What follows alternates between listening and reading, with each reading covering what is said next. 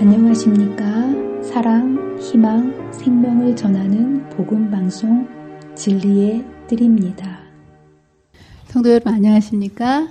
이 자리에 오신 저와 여러분의 마음속에 성령께서 오늘 우리가 갈 길과 살 길을 말씀을 통해서 밝히 보여주시기를 간절히 바랍니다.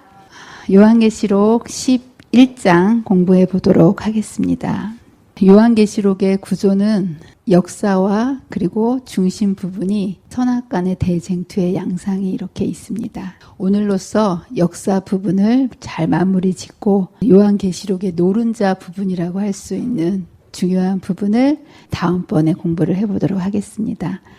요한계시록은 이 땅에 예수님께서 남겨두신 교회가 어떻게 탄생했고 그리고 예수님 오시는 그 재림의 때까지 어떻게 이루어 갈 것인지에 대해서 예언으로 우리에게 미리 알려주신 예언서입니다. 그리고 교회의 역사를 3번에 걸쳐서 반복한다고 말씀드렸습니다. 첫 번째는 7교회, 그리고 똑같은 시대를 7인, 그리고 마지막으로 하나님을 거절한 백성들을 어떻게 심판하는지에 대한 것을 알려주시기 위해서 7 나팔, 이것을 우리가 지난번에 공부를 했고요. 7 나팔이 하나씩 불려질 때마다 하나님을 거절하고 하나님을 대적했던 세상 세력이 심판을 받는 모습을 공부를 했습니다. 생각나십니까? 자, 그러면서 7 나팔이 한꺼번에 쭉 불려나가는 게 아니라 6째 나팔과 7째 나팔 사이에 중간에 재림 직전에 있을 2가지의 특별한 사건이 그 안에 삽입됩니다.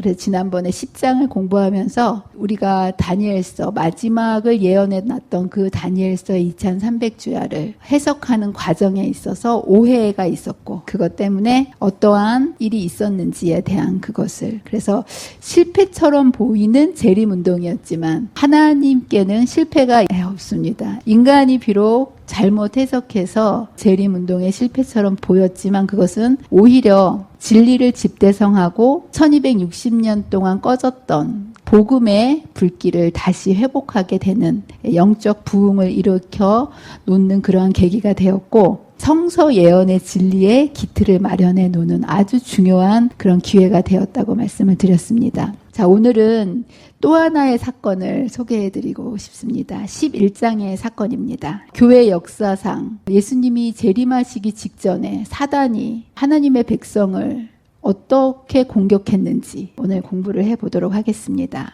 11장이고요. 지난번에 잠깐 전에 말씀드린 것처럼 재림운동 1844년을 전후하여 일어난 재림운동의 과정과 그 결과에 대한 것들 하면서 재림운동으로 인해서 정말 꿀맛처럼 복음이 회복되어지고 예수님의 재림에 대한 기대와 소망을 가지고 막 불타올랐던 그 꿀맛이 그날이 되지 않았을 때 1844년 10월 그날이 되지 않았을 때 쓰디쓴 결과로 배에서 쓰게 되었더라라는 그 예언이 그대로 성취된 모습을 우리는 보았습니다. 그래서 거기에 끝에 보면 이것을 다시 예언해야 하리라 라고 이제 말씀을 해주셨고요.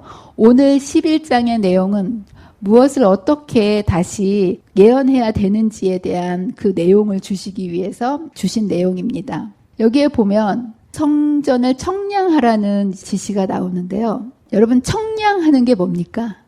성경에는 청량이라고 되어 있고요. 여러분들이 익숙한 용어는 측량입니다. 측량. 막대기로 자 같은 걸로 맞는지 틀리는지를 정확히 재는 것, 건축하시는 분들이 꼭 집을 짓기 전에 측량을 한 다음에 집을 짓죠. 그래서 여기 보면 지팡이 같은 갈대를 주면서 성전과 제단 안에서 그 안에서 경배하는 자들을 측량하라 말씀을 하고 계십니다. 여기에서 성전과 제단과 그 안에서 경배하는 자들이라는 이 얘기는 성전에서 사역하시는 분이 누구시죠? 예수님이 이 땅에서 올라가셔서 어디로 가셨죠? 하늘 성소에서, 그리고 특별히 이제 그 지성소에서 일하시는 지성소 복음을 어떻게 예언해야 될지에 대한 여기서 암시해주고 있고요. 측량이라는 것은 건물을 지을 때 안전하고 튼튼하게 짓기 위해서 필수적으로 해야 하는 일입니다. 기초를 이제 놓는 데 일을 하고 있고요. 여기에서 보이는 이 건물은 어떤 건물인지 아십니까? 우리나라에서 제일 높은 건물이 어떤 건물이죠? 63빌딩 아닙니다. 더 높은 건물이 세워졌습니다. 제2 롯데월드 건물이죠. 예, 이제 그 건물을 세울 때 측량을 이러한 아날로그식으로 이렇게 측량을 한 것이 아니고요. 여기는 102층 엄청나게 높은 건물이 올라가야 되기 때문에 측량도 굉장히 정확하고 분명하게 해야 되기 때문에 이 측량을 위성으로 측량을 했다고 해요. 이제 위성으로 측량을 한 건물들이 그 두바이에 있는 이런 건물들, 뉴욕에 있는 무역센터 이런 건물들을 했는데 우리나라에서도 이게 워낙 고층 건물이기 때문에 안전에 위험이 있고 해서 바로 이걸로 측량을 했는데요. 이 측량을 한 그 기사가 이런 말을 했어요. 안전하고 튼튼한 고품질의 건축물 건설을 위해서 필요한 것이 측량이며 이게 GNSS가 뭐냐면 위성 측량 시스템입니다. 예, 이런 것과 같은 정확한 장비가 갖춰져야 설계 도면에 그려진 초고층 건물을 완벽하게 구현할 수 있다. 예, 그래서 건물을 튼튼하고 안전하고 고품질의 그러한 건물을 짓기 위해서 필수적인 것이 측량이라고 할 수 있는데요. 측량을 하는 목적은 이렇습니다. 일단 잘못된 것을 고치기 위해서 측량을 왜 하냐면 뭔가 잘못된 것을 이제 고칠 목적으로. 이 이야기는 뭐냐 하면 앞에서 예언을 했는데 그 예언을 잘 해석했습니까? 잘못 해석했습니까? 네, 잘못했죠. 그래서 이것을 잘못된 것을 새롭게 예언해야 될 필요가 있었기 때문에 여기서 측량하라고 명령을 하십니다. 네, 그래서 2300주야에 대한 그 예언에 대한 적용과 해석을 다시 해야 된다는 것을 이야기하고 있고요. 측량의 목적이 또 하나가 있어요. 그게 뭐냐 하면 모든 게 잘못된 건 아니지 않습니까? 그러면 잘된 것은 보존하고 회복하게 하기 위해서 이런 목적으로. 그래서 여기 보면 구약 성경에서 측량을 한다는 이야기가 나오면 하나님 앞 백성과 교회를 회복하고 보존한다는 그런 의미로 사용이 됩니다. 그래서 에스겔서에나 스가랴서에 보면 이스라엘 백성들이 하나님을 배도하고 거역했기 때문에 성전이 파괴되지 않았습니까? 그럴 때 하나님께서 다시 이 성전을 청량하라라고 말씀하시면서 내가 다시 성전을 회복하고 이스라엘 백성들에게 하나님이 되시고 이스라엘 백성은 하나님의 백성으로 삼으시겠다라는 그런 약속이 주어질 때 청량을 하게 하십니다. 그래서 여기에 보면 내가 이제 거룩한 내 이름을 위하여 야곱의 사로잡힌 자를 돌아오게 하며 이스라엘의 온 족속에게 사랑을 베풀지라. 이스라엘 백성들이 범죄로 인하여 뿔풀이 디아스포라로 흩어지지 않았습니까? 그럴 때 하나님께서 내가 내 백성을 다시 모아서 다시 회복하여서 내가 그들의 하나님이 되고 그들은 내 백성이 될 것이다. 이것을 약속하시는 것, 이것을 바로 측량을 얘기할 때 말씀을 해주시고요. 이 말씀이 있은 다음에 그것을 확신시켜 주시면서 다시 성전을 청량하라라고 명령하셨다라는 거. 그래서 청량이 나올 때는 다시 하나님께서 당신의 백성을 회복하신다라는 보증의 약속이 상징적으로 같이 간다라는 겁니다. 또 한 가지 청량의 목적은요. 잘된 것은 보존하고 회복되지만 청량에서 잘못된 것은 어떻게 해야 됩니까? 가차없이 제거해버려야 되겠죠. 그래서 개선의 여지가 없이 계속 이것을 거역하고 반대하고 잘못된 것은 그것을 제거하고 멸망시키는 북방 이스라엘이 어떻게 됐습니까? 멸망을 당했죠. 계속 기회를 주시고 선지자들을 보내셔서 그들에게 계속 회복의 기회를 주셨지만 그들이 끝끝내 거절했을 때는 그들을 멸망시켰던 그 내용을 여기에 보면 예루살렘에서 베풀고 또 사람이 그릇을 씻어 엎음같이 예루살렘을 씻어 버릴 것이다. 이렇게 얘기하면서 측량의 의미가 거절하는 자에게 이것을 개선의 여지가 없을 때는 잘라낸다라고 이제 말씀을 하십니다. 자, 그러면서 이제 본문에 들어가 보면요. 성전 바깥 마당은 측량하지 말고 안에는 측량을 하는데 어디는 측량하지 말라 그랬습니까? 성전 바깥. 성전은 이렇게 두 부분으로 되어 있습니다. 성전 안 그 마당이 있고요. 그리고 여인의 뜰이 있고 그 바깥에 이제 이방인의 뜰이 있는데요. 여기서 보면 이방인에게 이 바깥뜰을 주었으니 여기에서는 측량하라 하지 말라? 하지 말라라고 얘기합니다. 여기 도대체 이방인은 누군데 이방인은 측량도 하지 말라고 하고 또 이 이방인이 거룩한 성을 42달 동안 짓밟으리라 한 이 장본인은 과연 누구일까요? 짐작이 가십니까? 과연 이거 누굴까요? 이방인이. 여러분 다 잘 알고 계시죠? 여기에서 이방인은 사람일 리는 없습니다. 그렇죠? 여기 보면 42달 동안 짓밟으리라라는 예언은 성경에서 42달은 1260일을 이야기하거든요. 그리고 1260일은 다시 얘기하면 1260년 동안 존재하는 어떤 존재가 되어야 되는데 인간은 이렇게 오래 사는 인간은 없지 않습니까? 그러니까 이방인이 사람을 뜻하는 것은 아니고요. 또 역사에 등장하는 어떤 세력이어야 되기 때문에 누구나 다 알고 있는 세력이 되어야 합니다. 그리고 세 번째로는 여기 보면 성전 바깥 마당에 있다라는 소리는 하나님의 백성과 아예 관계가 없는 백성은 아니라는 거예요. 왜냐하면 그들이 성전에 있기 때문에. 그래서 이 세력은 어떻게 생각하면 종교적인 세력을 의미함과 동시에 성전에 있는 이 하나님의 백성을 짓밟는다고 얘기하는 걸 보면 짓밟으려면 힘이 있어야 되지 않습니까? 그래서 사법권과 어떤 정치적인 권력을 가져야 하는 존재다라는 것을 여러분들이 추측할 수 있으실 것입니다. 과연 1260년 동안 존재하면서 종교적인 모습으로 하나님의 백성을 핍박하고 공격했던 세력 누굴까요? 네, 여러분 너무 공부를 잘하셔서 잘 아시네요. 자, 여러분이 이제 다니엘서 공부했을 때도 계속 공부했던 것처럼 매일 드리는 제사를 넘긴 바 되었고 진리를 땅에 던지고 자유로 형통했던 그 세력, 그리고 지극히 높으신 이를 말로 대적하고 그리고 지극히 높으신 이의 성도를 괴롭게 한 그 세력, 바로 누구죠? 교황권. 이 세력을 이제 여기에서 이야기를 하고 있습니다. 자, 그러면서 두 증인을 그 다음에 등장시키고 있는데요. 여기에서 구속의 역사상 아주 중요하고 특별한 획을 긋는 사건을 여기에서 두 증인을 등장시키면서 소개하고 있습니다. 이방인이라는 이 세력과 두 증인이라는 세력은 서로 대치되는 세력이면서 서로 상반되는 대상입니다. 누굴까요? 여러분들이 이방인에 대해서는 정확히 정체를 밝히셨습니다. 교황권. 네. 그렇다면 여기서 얘기하는 두 증인은 어떤 세력일까? 우리가 한번 공부를 해보도록 하겠습니다. 내가 나의 두 증인에게 권세를 주리니 그들이 굵은 베옷을 입고 1260일을 예언하리라. 42달 동안 짓밟혔는데 여기는 뭐라고요?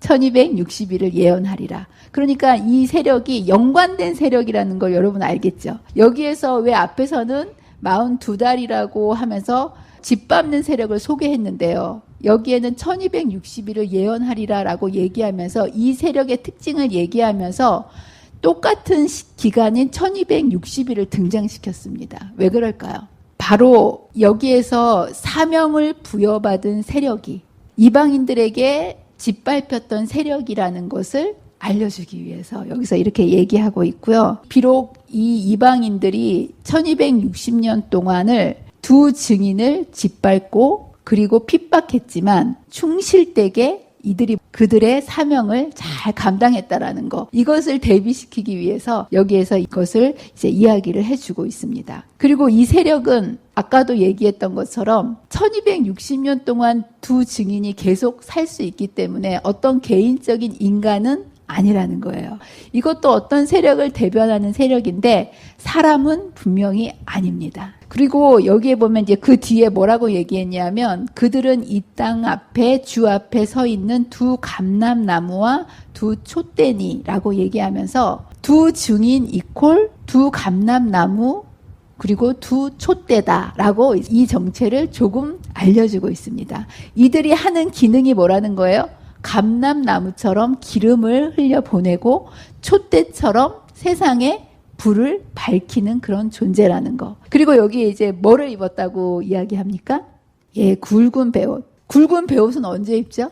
예, 장례식 때 입는 거죠. 굵은 베옷은 뭐를 상징하냐 하면 슬픔과 회개를 상징하며 1260년의 박해 기간 동안 성도들이 얼마나 많은 핍박을 받았습니까? 고난 속에서 얼마나 슬픈 세월을 보냈습니까? 이것들을 이야기하고 있고요. 그리고 이들이 그냥 핍박을 받는 거에서 그치지 않고 세상에 대해서 끊임없이 회개를 촉구하는 그 일을 감당했던 세력을 이야기하고 있습니다. 자, 과연 그 세력이 어떤 세력일까요? 네, 성경에서 증인의 역할을 하는 거는 성경입니다. 그래서 두 증인은 구약과 신약, 이 성경이 곧 내게 대하여 증거하는 것이로다 라고 이제 말씀하시면서 성령의 역사를 통해서 온 세상의 빛을 발하고 있는 신약과 구약의 성경을 이제 이야기하고 있고요. 또 하나의 해석이 있습니다. 성경과 더불어서 어떤 세력을 여기에서 증인이라고 얘기하냐면 그 말씀을 실제적으로 나누는 백성들이 있죠. 누굽니까? 신약의 하나님의 백성인 교회를 이야기합니다. 그래서 하나님의 백성은 곧 증인입니다. 여러분은 증인입니다. 뭐를 증거하는 겁니까? 하나님의 말씀. 그래서 이 천국 복음이 모든 민족에게 증언되기 위하여 온 세상에 전파되리니 그제야 끝이 오리라. 이것을 전파하는 주체가 교회이기 때문에 이제 여기에서 이 증인은 교회라고 이야기하고 있고요. 하나님의 백성은 예수님의 제자들처럼 모든 일에 증인으로 살아왔던 그 백성들을 의미합니다. 그리고 예수님도 우리를 보내시면서 내가 너희를 증인으로 내가 보낸다라고 말씀하셨고, 이것을 화인 여사께서도 분명하게 뭐라고 말씀하시냐면 이 두 증인은 구약과 신약 성경을 대표한다. 그래서 첫 번째로 우리가 생각했던 증인은 무엇을 의미한다고요? 구약과 신약, 긴 세월 동안 하나님의 말씀의 빛을 그 컴컴한 암흑시대에 꺼지지 않는 등불로서 계속 불을 비춰줬기에 하나님의 백성이 살아남을 수 있었던 거 아니겠습니까? 그래서 이 두 증인을 구약과 신약 성경으로 대표함과 동시에 또 그 시대를 그 말씀을 붙잡고 증인으로서 복음을 전하며 살았던 그 세력이 또 누구라는 거예요? 교회. 그래서 교회는 베옷을 입고 예언할 것이다. 그들은 세상에서 그분의 준비의 날에 특별하고 영광스러운 사업을 이루기 위한 그분의 증인이 되어야 한다. 그래서 교회와 성경, 이 두 가지가 바로 이 증인의 역할을 하고 있는데요. 여기에 보면 증인이 왜 한 증인이 아니라 두 증인일까요? 두 증인이라고 되어 있죠? 왜 두 증인이라고 그랬을까요? 증언의 진실성과 중요성을 강조하기 위해서 성경은요, 두세 사람의 증언으로 확실하게 증거하도록 이것을 구약에서도 계속 권면하고 있기 때문에 여기 신약에서도 증인을 하나님의 복음을 증거할 대리자로서 중요하고 확실한 복음을 증거해야 되기 때문에 두 증인으로 상징하고 있습니다. 그렇다면 이 성경이 어떤 고난을 받고 어떻게 악의 세력이 성경에 대해서 어떤 일을 할 것인지에 대해서 예언해 있는지를 한번 공부를 해보도록 하겠습니다. 여러분, 하나님께서 하나님의 백성에게 선악간의 대쟁투를 싸울 때 주신 무기가 있습니다. 하나님의 백성은 세상과 싸울 때 무엇을 가지고 싸웁니까? 말씀의 검입니다. 무기가 없으면 싸울 수 없어요. 그렇죠? 너무나 확실하고 분명한 무기를 주셨는데 사단은 이 무기가 얼마나 강력한지를 알고 있기 때문에 기독교 역사상 이 성경을 없애버리려는 그러한 엄청난 시도를 했다라는 거예요. 그리고 더 놀라운 거는 하나님께서 사단이 성경을 공격할 것을 미리 아시고 이 일이 있기 전에 사단이 성경을 공격할 것에 대해서 이렇게 예언을 해놓으셨다는 게 정말 놀랍습니다. 자, 어떻게 이 성경이 사단의 공격을 받았는지 하나하나 보도록 하겠습니다. 계시록 11장 5절에 보면 누구든지 그들을 해하고자 하면 그들의 입에서 불이 나와서 그들의 원수를 삼켜버릴 것이요. 누구든지 그들을 해하고자 하면 반드시 그와 같이 죽임을 당하리라. 그들이 권능을 가지고 하늘을 닫아 그 예언을 하는 날 동안 비가 오지 못하게 하고 또 권능을 가지고 물을 피로 변하게 하고 아무 때든지 원하는 대로 여러 가지 재앙으로 땅을 치리로다. 이거 누가 생각나십니까? 예, 엘리야 또 모세. 여러분 출애굽기 우리가 다 공부했잖아요. 이거는 말씀의 능력을 가지고 엘리야가 자신의 능력을 가지고 하늘을 닫고 열었던 게 아닙니다. 엘리야가 하늘을 열고 닫았던 거는 누구의 말씀을 의지해서 한 것입니까? 하나님의 말씀. 모세도 마찬가지예요. 홍해를 가르고 열 재앙으로 애굽을 심판하지 않았습니까? 모세가 자기 힘으로 했습니까? 모세가 그렇게 할 수 있었던 것은 무엇을 의지해서 한 것입니까? 하나님의 말씀의 능력으로. 여기서 보면 그래서 두 증인은 어떤 능력을 가지고 있는지 성경 말씀에 대한 것을 여기서 이렇게 설명하고 있습니다. 하나님의 말씀은 이러한 능력이 있어서 하늘을 닫고 열고 비를 내리고 또 열 재앙을 내는 이런 일들을 했던 것을 이제 상징하고 있는데요. 바로 이 하나님의 말씀의 이 능력을 가지고 하나님의 종들이 하나님의 사역을 했었는데 사단이 이 성경의 말씀을 없애는 일을 했다라는 거예요. 어떻게 했는지 여기에 그 세력을 여기에서 설명을 해주고 있습니다. 여기에 보면 이 세력이 그들이 그 증언을 마칠 때에 사실 1260년 동안의 중세 암흑시대 동안 얼마나 힘들게 그 말씀의 빛을 증인들이 지키기 위해서 고난 속에서 그 빛을 비춰냈습니까? 그래서 그들이 힘겹게 제 말씀을 의지해가지고 핍박과 공격 속에서 그들의 임무를 잘 마치길 즈음에 1260년이 다 끝나갈 즈음에 이제 좀 살아나는가 숨 좀 돌릴까 보다 생각했는데 여기에 보면 무적행으로부터 올라오는 짐승이 그들과 더불어 전쟁을 일으켜 그들을 이기고 그들을 죽일 터인즉. 와, 겨우 1260년을 이제 이겨냈는데 이번에는 더한 세력이 나타나가지고 아예 그 성경을 죽여버리고 없애버리는 이러한 사건이 기독교 역사상에 일어날 것을 예언하고 있는 거예요. 여기에서 무정행으로부터 올라오는 짐승을 이야기하고 있는데요. 앞에서의 그 이방인은 어떤 세력이었습니까? 로마 교황이었죠. 근데 여기서는 또 다른 세력이 올라오기 때문에 여기서 이 두 증인을 공격하는 세력은 교황권이 아니라는 거예요. 교황권이 아닌 다른 어떤 세력이 성경을 공격하는 세력이 등장한다는 거예요. 어떤 세력일까요? 로마 교황권은 아닌 세력. 그죠? 예? 그렇다면 여기서 그 세력을 어떻게 설명하고 있나 하면 영적인 소돔 또는 애굽이라는 불리는 곳과 관계된 어떤 세력으로부터 그런 세력이 나타나가지고 성경을 공격할 거라는 겁니다. 좀 더 이것을 설명하면 그들의 시체가 큰 길 성에 있으리니 그 성은 영적으로 하면 소돔이라고도 하고 애굽이라고도 하니 곧 그들이 주께서 십자가에 못 박히신 세력이다. 여러분 어떤 세력일 것 같습니까?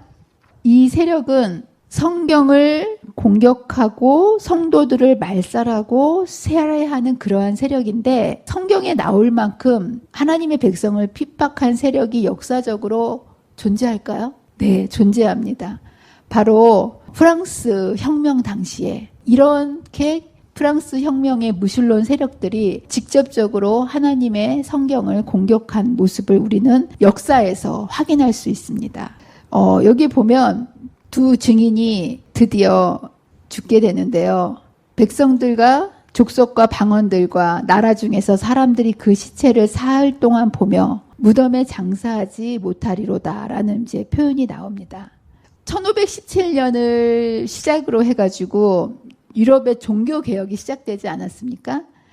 그런데 그 중에서 종교개혁이 독일로 시작해서 영국으로 다 퍼져나가기 시작했는데 유럽의 나라 중에서 종교개혁 세력을 유독히 거부했던 성경으로 돌아가는 종교개혁을 거부한 나라가 있었는데 그 나라가 어떤 나라일까요? 바로 프랑스였다는 거예요. 그리고 이제 이 프랑스는 성직자들이 귀족 계급, 지배 계층을 이렇게 이루어가지고요. 성직자들과 귀족 계급이 평민과 그리고 농민들을 굉장히 부패와 타락으로 인해가지고 엄청난 압제를 했던 그런 세력으로 자리 잡게 되었습니다. 그래서 그 밑에 있었던 평민들이 살아가기가 너무 힘들었어요. 종교적인 세력과 그리고 이제 그 귀족 세력들이 밑에 있었던 일반 백성들을 얼마나 압제했든지 이 당시에 남자들의 평균 수명이 몇 살인 줄 아십니까? 몇 살쯤 살았을 것 같으세요? 한 50? 우리나라 평균 수명은 그래도 한 70, 80 되지 않습니까? 예, 요즘은 100세 시대, 100세 시대 하는데 이 당시에 얼마나 세금과 또 여러 가지 압제를 했든지 이 당시에 사람들의 평균 수명 나이가 34.5세였다는 거예요.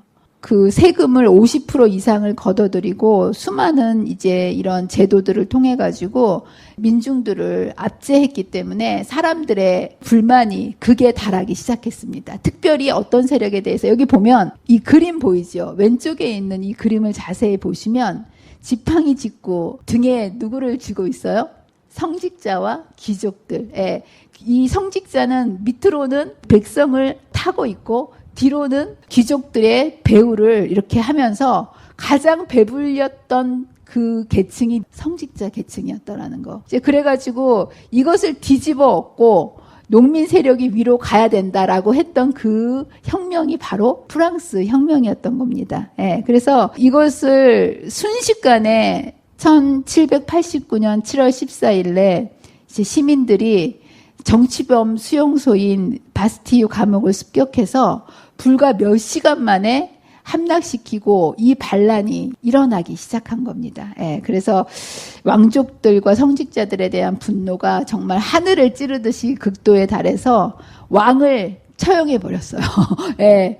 그리고 제가 옛날에 어렸을 때 보았던 베르사유의 장미라는 만화책이 있었는데 거기에 보면 마리 앙뚜안네라는 그 왕비가 나오는데 굉장히 사치를 많이 했던 왕비죠. 그래서 이 왕과 왕비를 단두대에 처형하고 대신에 하나님을 부인하고 인간의 이성을 이렇게 섬기는 여신을 숭배하는 그것을 이제 이야기했고요. 이 결과로 프랑스 혁명 의회에서 1793년 11월 26일에 신은 없다. 성경과 모든 종교 1260년 동안 천주교 교황권 아래에서 엄청난 압제를 당했고 하나님에 대한 잘못된 그러한 이 인상을 받아왔기 때문에 이 종교에 대한 그 엄청난 그 반감이 있어서 성경을 부인하고 모든 종교의 행사와 신에 대한 것을 부정하는 그러한 것을 아예 의회 차원에서 결정을 했다라는 거예요. 그래서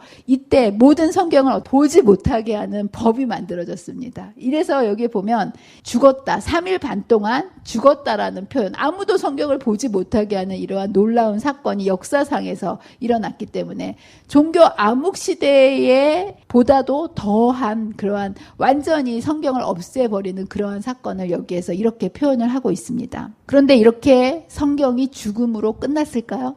아닙니다. 성경이 어떻게 예언해 놨냐 하면 3일 반 후에, 정확히 3일 반 후에 하나님께로부터 생기가 그들 속에 들어가니 그들이 죽었다가 어떻게 된 거예요? 생기가 들어가니까 다시 부활하는. 예, 여기 이것이 이제 예언상 정말 정확히 성취된 것이 1793년 11월 26일에 종교 폐기 법령이 발표됐는데 이것으로 인해서 주일 제도도 바꿔버렸어요. 성경에서 일주일 제도를 만들어 놓지 않았습니까? 성경을 부인하고 하나님을 부인하기 위해서 일주일 제도를 10일 제도로 바꾸고 여러 가지 성경에서 이야기하는 모든 것을 역행으로 가는 그러한 그것을 했었는데요. 이렇게 성경을 역행해서 사람들이 살아가면 어떤 결과가 일어날까요? 범죄율, 사망률, 질병률 모든 면에 있어서 사회가 제대로 돌아가지 않고 무법천지가 되어버렸습니다. 더 이상 이것이 계속 되다가는 존재할 수가 없다. 그래가지고 다시 그것을 철회하고 3일 반 만에 정확하게 1797년 7월 17일에 이 종교를 폐기하고 성경을 금지한 법령을 철회하고 다시 성경을 회복하는 그러한 일이 있게 됩니다. 자, 그런데 그래서 성경이 다시 회복돼서요. 회복된 걸로 끝난 게 아니라 승천, 이거는 뭡니까?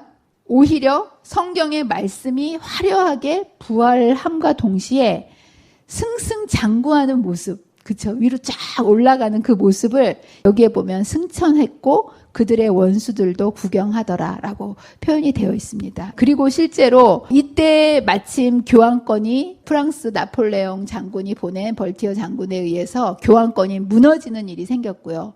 교황권이 무너짐과 동시에 세계의 역사는 변하게 되었습니다. 그리고 산업화가 시작됐죠.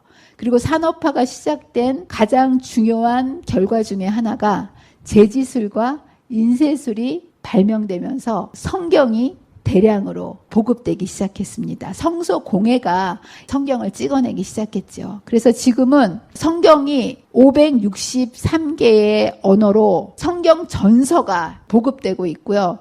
신약 전서는 1334개 언어로 보급되어 있고 쪽복음으로 되어 있는 거는 1038개의 언어로 복음이 전파되고 있고요.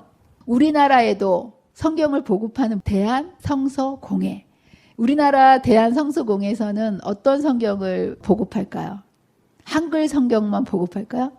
아닙니다. 예, 우리나라 성서공회에서는 77개의 언어로 성경을 찍어내가지고요. 성경이 없는 나라에 85개국에 성경을 보내는 이런 일들을 통해서 성경을 사단이 없애버리려고 했지만 하나님께서는 다시 이 성경을 부활시키셔서 이 복음이 땅끝까지 전하게 되는 이러한 놀라운 일들을 이루게 하셨고요. 성경을 학대했던 프랑스의 피해를 성경은 이렇게 예언해 놓고 있습니다. 여러분, 하나님의 백성들이 성경이 없으면 어둠 속에 있을 수밖에 없는데 이것은 하나님의 백성들에게도 말씀이 없으면 어둠이 있는 것이 아니고요. 이 세상에도 말씀이 없으면 큰 혼란과 부패와 부도덕의 열매를 맺을 수밖에 없었다라는 거. 그래서 성경을 불태우고 없앴던 이 프랑스는요, 정신적으로, 영적으로, 정서적으로 엄청난, 여기 보면 큰 지진이 났다고 얘기하지 않습니까? 여러분, 지진이 나면 어떻게 됩니까? 초토화가 되죠. 이 프랑스가 이렇게 초토화가 돼서요, 정신적으로 막대한 피해로 타락한 정치가 됐고요. 이 프랑스 혁명의 결과로 낳게 된 것이 바로 공산주의입니다. 여러분, 공산주의 아시죠? 예. 그리고 또 이것에 이어진 사상이 무신론 사상이 되었고요. 이것을 통해서 영원한 생명을 상실하게 되는, 정말 성 10분의 1이 무너지고 지진에 죽은 사람이 7천이라고 얘기할 것처럼 엄청난 피해, 어떠한 국가적인 이 땅에서의 피해뿐만 아니라 영원한 생명을 잃어버리게 되는 그러한 결과를 프랑스가 입은 모습을 보게 됩니다.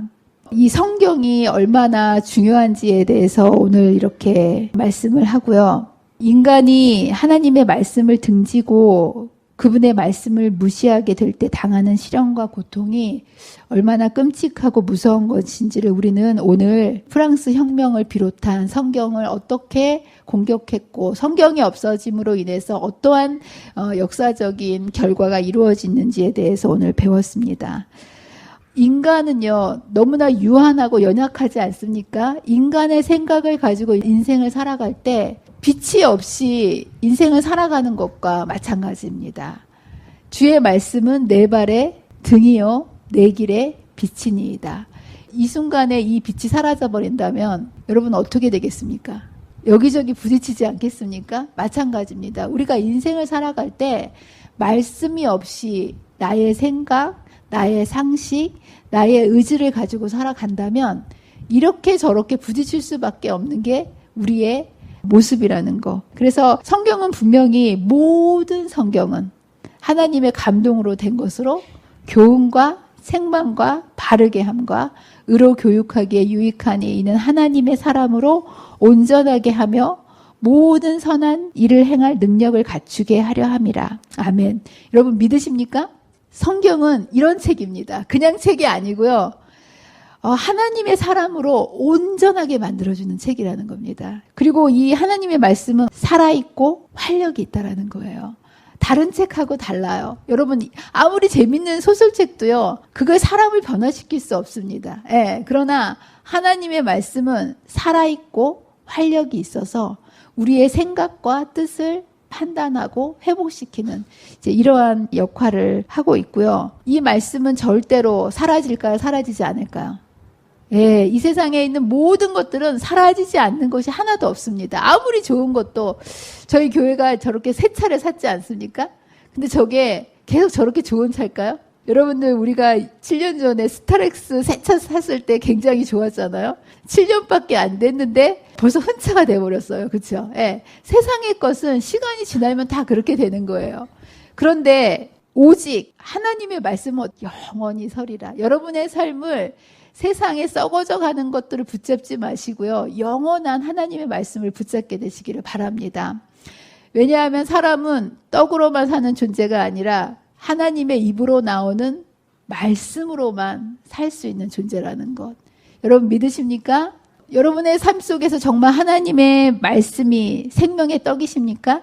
육신의 떡이 공급되지 않으면 우리가 생존할 수 없어요. 여러분 하루라도 밥을 안 먹으면 힘이 있어요, 없어요? 한 끼만 안 먹어도 어지럽다는 분들이 여기 계시더라고요. 나는 밥을 한 끼만 안 먹어도 나는 어지러워서 못 산다. 이런 분이 있는데 우리의 마음의 양식은 뭘까요? 하나님의 말씀입니다.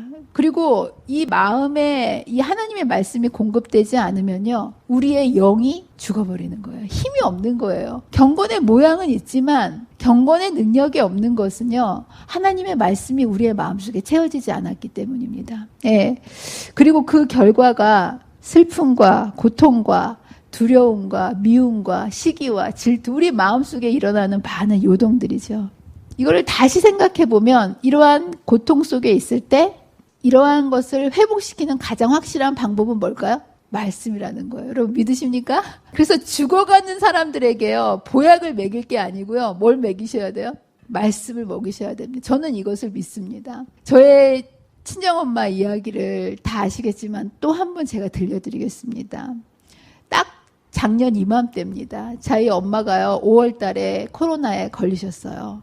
80이 넘으셨기 때문에 좀 치명적이었어요. 한 달이 넘도록 교회를 못 가시고 매일 보던 말씀을 놓치셨어요. 그래서 이 말씀을 놓치니까 몸도 많이 아프셨지만 이게 말씀이 또 계속 공급이 안 되시니까 이게 평생 붙들고 있었던 엄마의 신앙이 한꺼번에 몸과 마음이 무너지는 그런 모습을 제가 지켜봤습니다.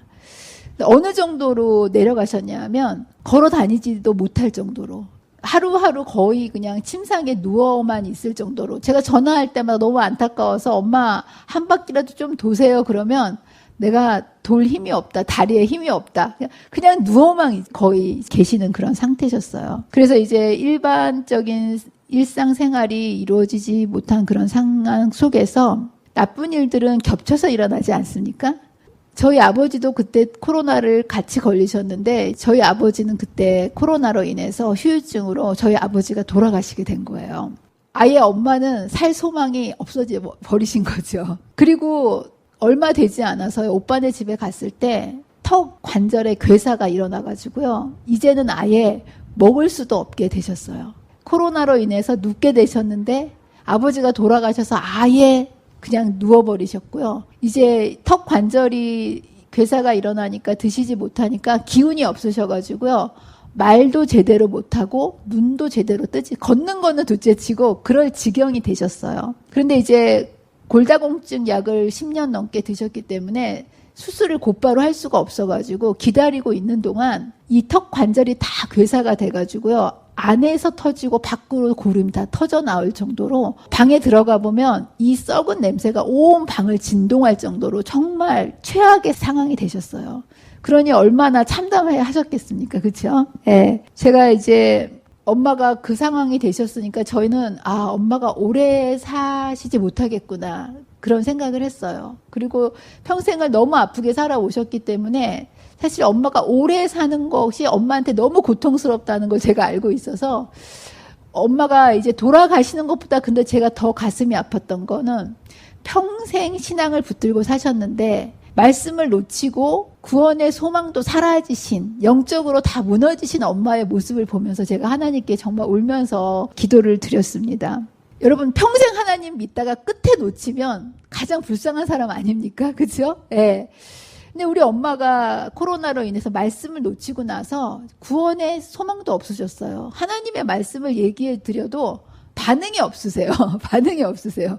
예, 아멘도 안 하시고 아주 무감각해지신 그 모습을 보면서 제가 너무 가슴이 아파서 정말 울면서 하나님께 기도를 드리는 중에 엄마에게 생명의 말씀을 드려야 되겠다라는 결심을 하나님께서 제 마음속에 심어주셨어요. 그래서 제가 구원의 확신이 담긴 12개의 기억절을 뽑아가지고요. 그것을 오빠한테 보내주고 엄마한테 주라고 하고요. 제가 아침마다 전화를 걸어가지고 엄마와 함께 그것을 외우기 시작했어요.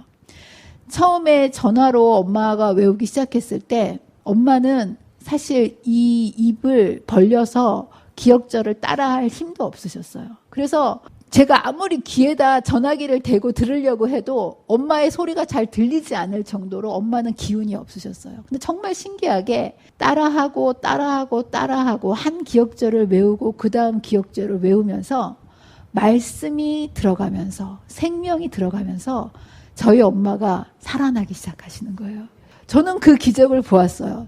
뭐 다른 거 한 게 아니라 말씀이 들어갔을 때 엄마의 마음이 살아나고 마음이 살아나니까 몸이 살아나는 모습을 보면서 엄마가 어느 날 순간 12개의 기억절을 다 외우시고 나서 그 다음부터 통으로 기억절을 10편 외우고 23편 외우고 이 기억절을 외우기 시작하시는 그런 모습을 보게 되었어요. 그런데 그렇게 계속 살아났으면 정말 좋았는데 그 와중에 지난 2월 달에 우리 엄마가 넘어지셔가지고 여기 팔하고 고관절 골절이 2군데 골절이 한꺼번에 되신 거예요. 참, 또 다시 누우셨어. 일어나 앉으셨는데, 걸어 다니셨는데, 살아나셨는데, 또 다시 누우셔가지고, 또 걷지 못하게 되신 거예요. 예. 그래서 병원에서는 2달 넘게 입원을 하고 치료를 받아야 된다라고 얘기를 하셨는데 정말 하나님의 특별한 섭리로 입원한 지 3박 4일 만에 저희 집으로 모시고 온 거예요. 그리고 저희 집에 와서 한 게 뭘까요? 저는 하나님의 말씀이 사람을 살린다는 것을 정말 믿습니다. 그래서 엄마를 모시고 온 다음부터 한 게 뭐냐 하면 물론 음식도 정성들을 해드렸지만 제가 가장 정성을 쏟은 것은 아침 저녁으로 시간이 날 때마다 하나님의 말씀을 같이 암송하고 아침 저녁으로 예배하고 같이 찬송하고 감사하는 일, 이 일을 계속 하기 시작했어요. 여러분들 마음의 즐거움은 양약이라도 여러분 정말 근데 가장 좋은 양약은 뭘까요? 말씀이죠. 정말 하나님의 말씀을 우리 엄마가 외우기 시작한 거예요. 다시 외우기 시작하신 거예요. 그러면서 근심, 걱정, 불평 이런 것 대신에 마음을 말씀과 찬양과 기도와 감사로 채우시자 저희 엄마가 병원에서 6주 진단을 받으셨거든요. 뼈 붙는데 노인분이기 때문에 6주를 지나야 된다고 얘기를 했었어요. 근데 저희 엄마가 뼈가 얼마나 빨리 붙으셨냐면 2주 반 만에 뼈가 붙으셨어요. 정말 놀라운 일 아닙니까? 그래서 걷기 시작한 게 2주 만에 걷기 시작했고요. 4주 만에 위에 있는 여기 골절 기부스를 풀으셨어요. 정말 그리고 나셔서 그전에는 그렇게 운동을 하라고 그래도 엄마가 힘드니까 운동할 마음이 없으셨어요. 그런데 마음이 바뀌니까 마음에 소망이 생기니까 엄마가 운동하고 싶은 마음이 생기신 거예요. 그러더니 엄마가 모자를 쓰고 어디를 나가시는 거예요. 그래서 엄마 또 어디를 나가세요? 넘어질까 봐 겁나서. 그러더니 엄마가 내가 운동을 해야 되겠다는 거예요. 근데 얼마나 놀랐는지 몰라요. 근데 그 엄마가 아파트를 한 바퀴를 돌고 오셨어요. 그리고 며칠 지내서 2바퀴, 3바퀴. 점점점 말씀이 들어간 것과 똑같이 마음이 살아나시고 몸이 살아나시는 거예요. 그러더니만 어느 날 엄마가 웃으면서 들어오셨어요. 뭐라고 하셨냐면 내가 약수터에 갔다 왔다. 제가 우리 엄마 절대로 약수터를 자꾸 물어보시길래 혹시나 갈까봐 안 가르쳐 드렸거든요. 넘어질까봐. 근데 물어가지고 약수터를 갔다 오신 거예요. 그리고서 약수터 갔다 왔다고 얼마나 좋아하시는지. 그리고 그 다음날부터 약수터에 가셔가지고 거기 앉으셔서 찬양하시고 기도하시고 말씀 외우시고 그러시면서 이제 회복되기 시작하신 거예요. 그리고 나서 100일 무렵이 됐을 때는 도정산 꼭대기까지, 여기 혹시 도정산 꼭대기 못 가시는 분도 많으시죠?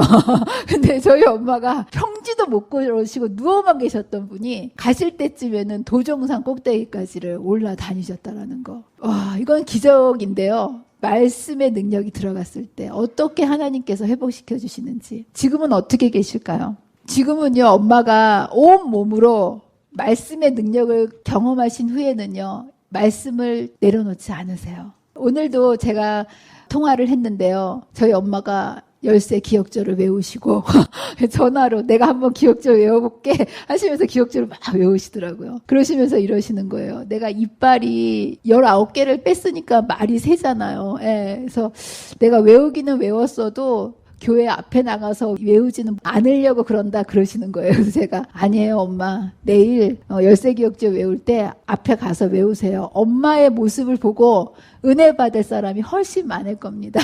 기도하고 가서 외우세요. 제가 이제 그렇게 용기를 드렸어요. 그리고 이제는 제가 만들어준 산과 오빠가 찾아준 산을 아침에는 누나산, 저녁에는 형산, 이렇게 동생과 함께 산에 올라다니신다는 거. 그리고 저는 제 평생에 저희 엄마가 이렇게 건강하게 사는 모습을 본 적이 없어요.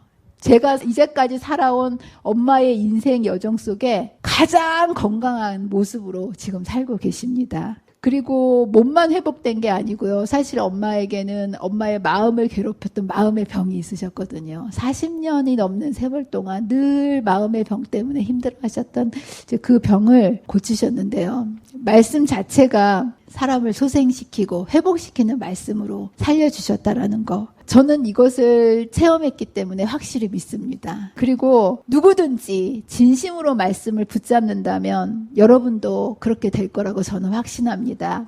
제가 지난주에 출애굽기가 마쳤죠. 예, 소감문을 보내달라고 했더니 많은 분들이 개인적으로도 보내주시고 밴드에도 올려주셨는데 한 분이 카톡으로 장문의 카톡을 보내주셨어요. 여기 뭐라고 되어 있냐면 너무 길어서 좀 잘랐습니다. 길고 긴 것 같았던 출애굽기가 이제 마무리되었다는 것이 믿기지가 않습니다. 중간중간 너무나 막막하고 힘들었고 저희 2기 제자반도 많이들 방황도 했고 지쳐하고 어려웠었는데 그래도 매주 모여서 함께 지혜를 구하며 말씀 묵상을 계속하다 보니 이렇게 끝까지 할 수 있었던 것 같습니다. 정말 성령의 능력입니다. 무엇보다 성소에 대해 막연히 알고 있었던 것들, 구약의 하나님을 무서운 하나님, 심판하시는 하나님으로 오해하고 있었다는 것을 깨닫고 정말 많이 회개하였습니다. 성소를 내어주신 하나님의 그 사랑이 결코 예수님의 십자가의 희생의 사랑보다 뒤지지 않는다는 것을 알게 되었습니다. 또한 저는 이 주신 말씀의 힘으로 어떤 교회에서 1기, 2기 제자반까지 만들어지게 하는 놀라운 일들을 경험 중입니다. 중간에 포기하고 싶은 적도 많았지만 이분들에게 말씀 묵상의 힘을 소개하고 싶고 가지게 해주고 싶었다는 마음에 출애굽기 말씀 묵상을 그래도 놓지 않고 계속하게 되면서 가지게 된 것 같습니다. 지금 3단계 6과까지 겨우 끌고 오다시피 한 이때에 놀랍게도 이분들이 말씀 묵상의 힘을 깨닫고 저에게 본문 말고 더 말씀 묵상을 할 수 있는 방법이 있냐고 스스로 물어보시더니 드디어 요한복음 말씀 묵상을 시작하셨습니다. 하나님께서 정하신 때에 정하신 방법대로 순종할 때 모든 것을 이루게 해주시는 것을 봅니다. 이제 요한복음 말씀 묵상이 시작한 지 3일째인데 얼마나 열심히들 해주시는지 밴드의 댓글뿐 아니라 카톡방에서도 자신들의 말씀 묵상을 서로 나누며 질문들을 쏟아내고 있습니다. 여러분, 하나님의 말씀은요, 이렇게 우리를 소생시킵니다. 하나님의 말씀은 완전하여 영혼을 소생시키며 여호와의 증거는 확실하여 우둔한 자를 지혜롭게 하며 여호와의 교훈은 정직하여 마음을 기쁘게 하고 여호와의 계명은 순결하여 눈을 밝게 하시도다. 여러분들, 하나님의 말씀은요, 생명입니다. 그리고 사단은 이것을 무엇보다 잘 알고 있기 때문에 생명의 근원으로부터 하나님의 백성을 끊어내기 위해서 하나님의 백성을 공격할 때 무엇을 공격할까요? 뭘 보지 못하게 할까요? 말씀. 그런데 여러분, 하나님의 마지막 남은 백성의 사명이 뭔지 아십니까? 복음을 전해야 되는데요. 우리에게는 능력이 없습니다. 우리의 능력은 어디서 나옵니까? 하나님의 말씀 안에 거할 때 그 말씀이 우리 안에서 그 일을 감당할 수 있게 해주신다라는 거. 여러분, 중세 암흑 시대에도 이 깜깜한 시대가 된 것은 말씀이 사라졌기 때문이고, 그러나 하나님께서 바로 이 말씀을 다시 회복시키셔서 세상에 복음의 빛으로 구원의 길을 열어놓으신 것처럼 이제 이 시대에도 남은 백성을 통하여 일을 하실 것인데요. 이 남은 백성은 무엇을 가진 백성이라고요? 말씀을 가진 백성. 그래서 저와 여러분이 이 말씀을 통해서 먼저 살아나시고 또 말씀이 없어서 죽어가는 인생을 살리시는 일에 저와 여러분이 여러분의 모든 인생을 걸게 되시기를 간절히 바라면서 오늘 말씀을 마치도록 하겠습니다. 기도하겠습니다. 사랑과 은혜가 많으신 하나님 아버지, 우리에게 하나님의 말씀을 주셔서 감사합니다. 말씀을 통해서 우리의 살 길과 갈 길을 보여주셔서 감사합니다.